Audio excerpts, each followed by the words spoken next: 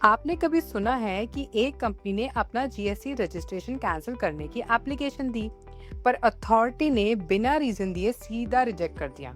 और जब पूछा गया क्यों, तो जवाब था आपने शो कॉज का रिप्लाई नहीं दिया। लेकिन जब वो शो कॉज नोटिस कभी मिला ही नहीं, तब क्या? यही हुआ टाटा स्टील लिमिटेड के साथ, और दिल्ली हाई कोर्ट ने इस पर एक सॉलिड जजमेंट दी है जो हर टैक्स पेयर को समझनी चाहिए। ये केस शुरू होता है टाटा स्टील लिमिटेड और टाटा स्टील बीएसएल लिमिटेड से।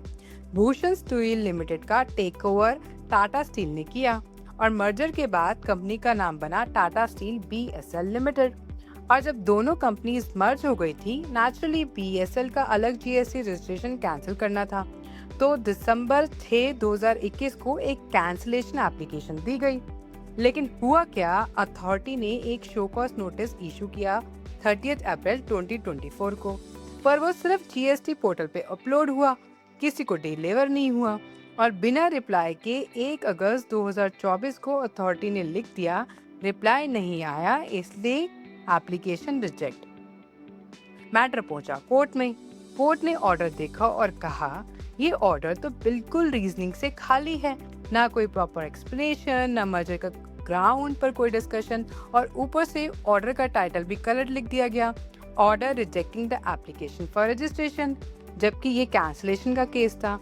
कोर्ट ने क्लियर कहा इस तरह का order non application of mind दिखाता है और नेचुरल जस्टिस के प्रिंसिपल का वायलेशन है।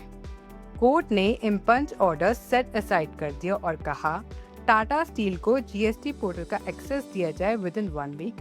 कंपनी 30 डेज के अंदर एससीएन का रिप्लाई फाइल करे और पर्सनल हियरिंग का मौका दिया जाए।